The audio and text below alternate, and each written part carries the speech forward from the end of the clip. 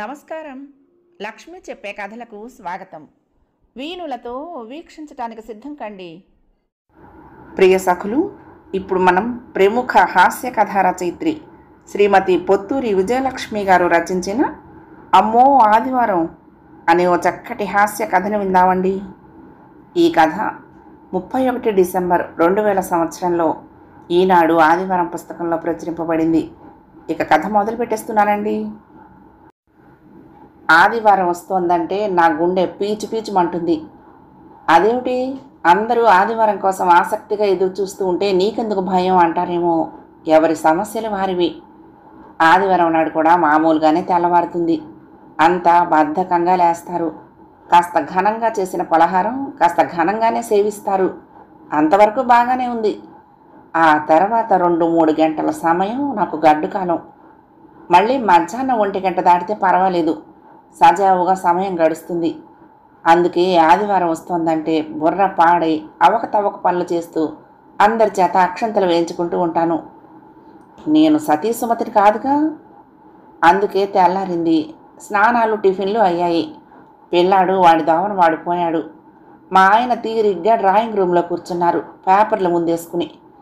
అమ్మయ్య అనుకున్నాను. కానీ నాకంత అదృష్టమా? ఇదిగో, ఏం చేస్తున్నావు? ఇట్రా, ఆ కాగితాలు ఏవో చూడమని ఒకటే గొడవ చేస్తున్నావు కదా, పద చూద్దాం అంటూ శ్రీముఖం రానే వచ్చింది. నా కడుపు నుంచి దుఃఖం తన్నుకొచ్చింది. కానీ తప్పుతుందా?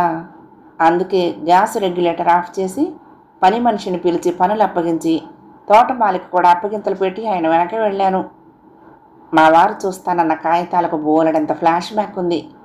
మా ఇంట్లో ఫర్నిచరు పాత సామాను కలిపి ఒక లారీడు ఉంటే కాగితాలు పాత పుస్తకాలు మరొక లారీడు ఉంటాయి. నేను కాపురానికి వెళ్ళిన ఏడాదికి మా వారికి మొదటిసారి ట్రాన్స్ఫర్ అయింది. ఆ ఆఫీస్ ఆర్డర్ జేబులో పెట్టుకుని 2 జతల బట్టలు సర్దుకుని వెళ్ళి డ్యూటీలో చేరిపోయారు.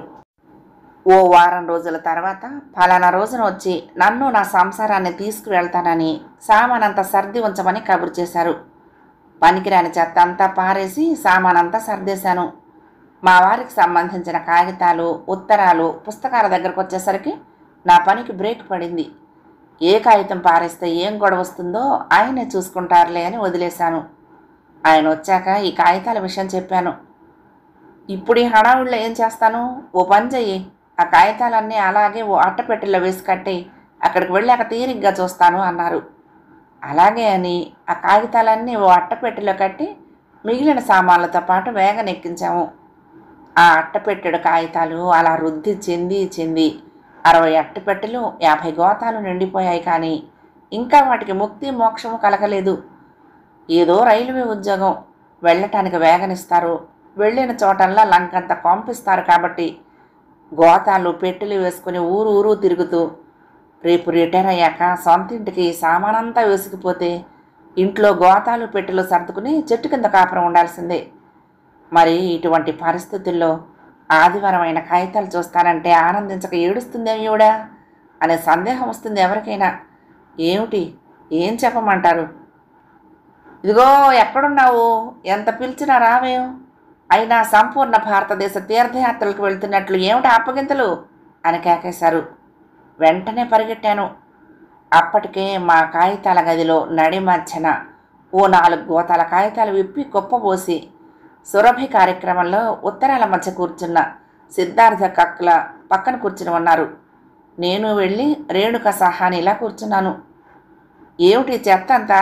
ఎప్పటికప్పుడు ఇవన్నీ చూసి పారేస్తే ఎంత బాగుంటుంది అన్నారు మందలింపుగా. అసలే బండెడు పని ముందు పెట్టుకుని వాదిస్తూ కూర్చుంటే ఎలా? అందుకే నోరు మూసుకుని ఊరుకున్నాను. ఓ 10 నిమిషాల పాటు దుమ్ము దులిపి కాగితాలు చూడటం మొదలుపెట్టారు. ఇవి పనికిరావు అంటూ ఓ దస్తాడు కాగితాలు నలిపి ఉండలు చేసి విసిరేశారు. ఇవి కావాలి అంటూ ఓ 2 దస్తాలు ఓ పక్కన పెట్టారు. ఇదేమిటి అంటూ ఓ పాత ఉత్తరం తీశారు. హరే, ఇది మా రామానందం రాసింది అన్నారు ఇంత మొహం చేసుకుని. ఏ రామానందం అని అడిగాను. అదేనోయ్, నా క్లాస్మేట్ కమ్మ బెస్ట్ ఫ్రెండ్. మొన్న మన పెళ్ళికి రాలేదు, నీకు పరిచయం కూడా చేశాను, అప్పుడే మర్చిపోయావా అన్నారు. ఆయనకు గతమంతా మొన్న, భవిష్యత్తు అంతా రేపు. లేకపోతే మొన్న మన పెళ్ళికి రావటం ఏమిటి నా తలకాయ? ఏనాటి మాట? మా అమ్మాయి పెళ్ళయ్యి 5 ఏళ్ళు అవుతుంటే. పాపం ఎంత ఆప్యాయంగా ఉండేవాడు వెర్రి సన్నాసి. పెళ్ళికి వాడొచ్చాడు కానీ వాడి పెళ్ళికి వెళ్ళటానికి కుదరలేదు నాకు. సమయానికి ఏదో అర్జెంటు పని తగలడింది ఆఫీసులో. ఏం చేస్తాం, ప్రాప్తం ఉండాలి దేనికైనా. పాపం తాడేపల్లిగూడెంలో ఉన్నాడు. ఇందులో అడ్రస్ కూడా ఉంది. ఓ ఉత్తరం మొక్క రాస్తాను, ఎలా ఉన్నాడో ఏమిటో అంటూ ఆ కార్డు పుచ్చుకుని లేచారు. బాబు తర్వాత రాదురు కానీ ఉత్తరం అని కాళ్ళ వేళ్ళ పడినా వినరు. కాబట్టి తెలివితేటలు ఉపయోగించి, అది కాదండి, ఇది మరీ పాత ఉత్తరం, ఎప్పుడో 70లో రాసిన ఉత్తరం ఇది. 80లో మరొకటి రాసినట్లు గుర్తు. అందులో చిలకలూరుపేటలో ఉన్నట్లు రాశాడు పాపం. ఆ ఉత్తరం కూడా ఉంది, అది కనపడితే అప్పుడు రాయండి అన్నాను. ఏమిటో అని మళ్ళీ కూర్చున్నారు కాగితాల గుట్ట మంచ. అమ్మయ్య, ప్రస్తుతానికి ఆపద గడిచింది. కానీ ఏ లాభం? పోలీ నీ భోగం ఎన్నాళ్ళు అంటే మా అత్త సంత నుంచి వచ్చిందాక అందుట వెనకటికెవరితో. మా ఆయనకి ఓ పాత శుభలేఖ కనిపించింది. ఇందులో ఇటు చూడు, రావినూతల రాజశేఖరరావు గారంటే ఎవరు అని అడిగారు హఠాత్తుగా. ఎవరు ఓ పట్టాన్ని గుర్తుకు రాలేదు. బుర్ర బద్దలు కొట్టుకుని గుర్తు తెచ్చుకున్నాను. మీ పినతండ్రి కొడుకు భార్యకి మేనమామ అన్నాను. ఆయన కాసేపు ఆలోచించి గుర్తు తెచ్చుకున్నారు. అవును గదు, మొన్న మా తమ్ముడి గృహప్రవేశంలో కనిపించి వాళ్ళ అబ్బాయికి మంచి సంబంధం చూడమని చెప్పారు. మన రామకృష్ణ గారు లేరు? ఏది, మన బాస్ రామకృష్ణ గారు. ఆయన తమ్ముడి కూతురు గురించి చెప్పాను. తీరా చూస్తే గోత్రం ఒకటైపోయింది. పాపం గుర్తు పెట్టుకుని శుభలేఖ పంపాడు. ఎంత ప్రేమో చూడు. దూరం అయిపోయింది కానీ లేకపోతే పెళ్ళికి వెళ్ళేవాళ్ళం. పోనీ ఓ ఉత్తరమైనా రాశావా అని అడిగారు. లేదు అన్నాను. మరందుకే నాకు కోపం వచ్చేది. నేనేదో పనుల్లో ఉంటాను, నువ్వైనా రాయొచ్చుగా బద్ధకం వదిలించుకుని అన్నారు. ఎలా రాయను? పెళ్ళైన 10 రోజులకు అందింది శుభలేఖ అన్నాను. మన అడ్రస్ మారిపోయిందిగా, అందుకే ఆలస్యమై ఉంటుంది. ఏది ఏమైనా వాళ్ళు గుర్తుంచుకుని కార్డు పంపితే మనం ఊరుకుంటే ఏం బాగుంటుంది. కారణాంతరాల వల్ల రాలేకపోయాము. చిరంజీవులకు మా ఆశీస్సులని ఓ మొక్క రాసి పడేస్తా అని మళ్ళీ లేవబోయారు. ఎప్పుడో 7 ఏళ్ల కిందట పెళ్ళయింది, ఇప్పుడు ఆశీస్సులని రాస్తే ఏం బాగుంటుంది, వద్దులేండి అన్నాను. ఓసారి బరువుగా నిట్టూర్చి ఆ శుభలేఖను అవతల పడేశారు. అమ్మయ్య, మరో గండం గడిచింది. మరో అరగంట సాఫ్టింగ్ సాగింది. ఇవాళ ముహూర్తం మీద బాగానే ఉంది. దాదాపు ఓ బస్తాడు చెత్త వదిలిందని ఆనందపడ్డాను. ఇదిగో దొరికింది, దీనికోసం వెతికి వేసారిపోతున్నాను అన్నారు దీవుటిలా వెలిగిపోతున్న వదనంతో. ఏమిటది అని అడిగా. బ్రహ్మాండమైన ఆఫర్ అంటూ వివరాలు చెప్పారు. ఇంటి అలంకరణ మీద అద్భుతమైన మాసపత్రిక ఉందిట. అది చదివి ఇంటిని బ్రహ్మాండంగా అలంకరించుకోవచ్చుట. ఆ పత్రికకు 3 ఏళ్ల చందా 1900 కడితే ఇంకో పుస్తకం ఉచితంగా ఇస్తారట. మీ కారు జీవితం పెంచుకోండి అనే ఆ పుస్తకం విలువ 499 రూపాయలుట చెప్పారు. నా కడుపులో నుంచి దుఃఖం తన్నుకొచ్చింది. మావన్నీ గవర్నమెంట్ వారి క్వార్టర్సు. ఏనాడో మొఘల్ రాజుల కాలంలో కట్టినవి. వారిని వెళ్ళగొట్టి బ్రిటిష్ వారు స్వాధీనం చేసుకున్నారు. వారిని తరుము కొట్టి భారతదేశపు గవర్నమెంట్ స్వాధీనం చేసుకుంది. వయోభారం వలన ఆ బిల్డింగులు బాగా కృషించిపోయాయి. ఎండలకి వానలకి తట్టుకోలేవు.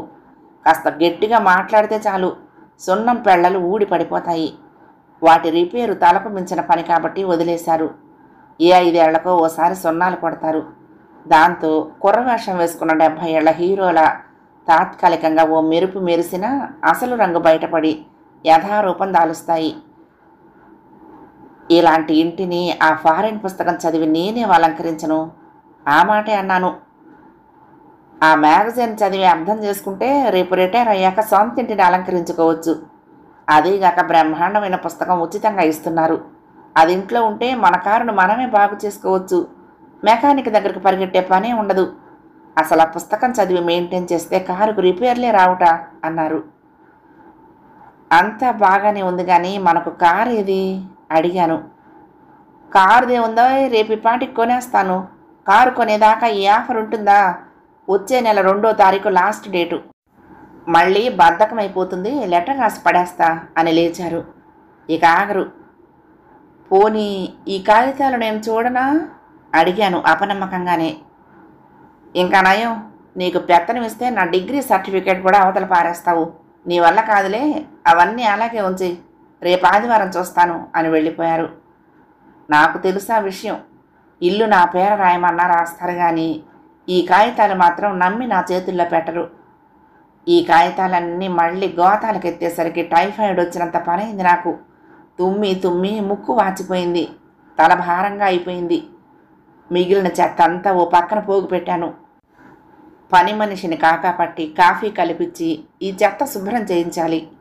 ఆ పని కూడా ముగించి పనిలో పని నేను కాసంత కాఫీ కలుపుకొని వచ్చి కుర్చీలో కూలబడ్డాను. ఇదిగో, ఏం చేస్తున్నావు అంటూ పిలిచారాయన.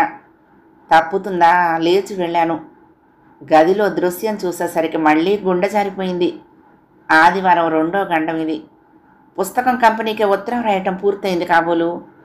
మంచం మధ్యలో మఠం వేసుకుని కూర్చున్నారు. ఎదురుగా శనివారం పేపరు, ఎదురుగా టీవీలో ప్రోగ్రాం వస్తుంది. ఇదిగో, ఈ హీరోయిన్ పేరేమిటో త్వరగా చెప్పు, పేరులోని పొడక్షరాలు కూడా 7 నిలువులో రాసుకోవాలట అన్నారు. నేను చూద్దామని ప్రయత్నిస్తూ ఉండగానే దృశ్యం మారిపోయి యాంకర్ వచ్చేసింది. ఏమిటో చెప్పు అన్నారు. ఏది నేను చూడలేదు అన్నాను భయంగానే. ఎక్కడో ఉంటావు, పిలిస్తే ఓ పాటాన రావు అని విసుక్కున్నారు. ఈ పజిల్ నింపే పిచ్చి ఒకటి. ఏదో తన రోజుల్లో ఉండే తారలు జమున, సావిత్రి, షావుకారు జానకి తప్పించి తర్వాత వాళ్ళెవరూ ఆయనకు తెలియదు. నన్ను సాయం అడుగుతారు. నాకు మాత్రం ఏం తెలుసు నా మొహం. నేనేమైనా ఆంధ్రదేశంలో కాపురం ఉండి సినిమాలు చూస్తూ ఉండిపోయానా? పెళ్ళైన దగ్గర నుంచి ఆయన వెంట దేశమంతా తిరుగుతూనే ఉన్నాను. అప్పటికీ నాకు తెలిసినవి నా రోజుల తారలు వాణిశ్రీ, చంద్రకళ వస్తే గుర్తుపట్టి చెప్తాను. ఇద్దరం కలిసి తంటాలు పడ్డా ఏనాడు 4-5 గళ్ళు తప్ప నిండవు. ఈ భాగ్యానికి ఎందుకు వచ్చిన తాపత్రయం అంటే వినరు. ఎలాగైనా పజిల్ మొత్తం నింపాలని అత్యాశ. దాంతో 1 గంట దాకా తను కదలరు, నన్ను కదలనివ్వరు. పైగా అల్లాటప్ప వ్యవహారాల్లో చూడటానికి వీల్లేదు, శ్రద్ధగా చూడాలి.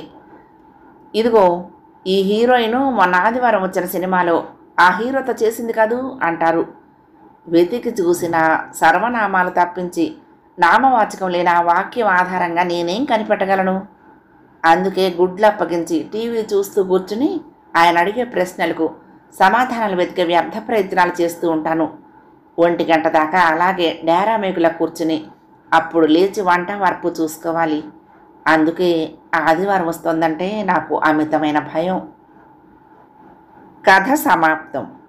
ప్రియ సఖులు, ఈ కథ మీకు నచ్చితే తప్పకుండా లైక్ చేయండి, షేర్ చేయండి, కామెంట్ చేయండి, సబ్స్క్రైబ్ చేసుకుని నన్ను ఎంకరేజ్ చేయండి. ఉంటానండి. ప్రేమతో లక్ష్మి. కృష్ణాతీరం దుర్గమ్మ సన్నిధానం. నమస్తే.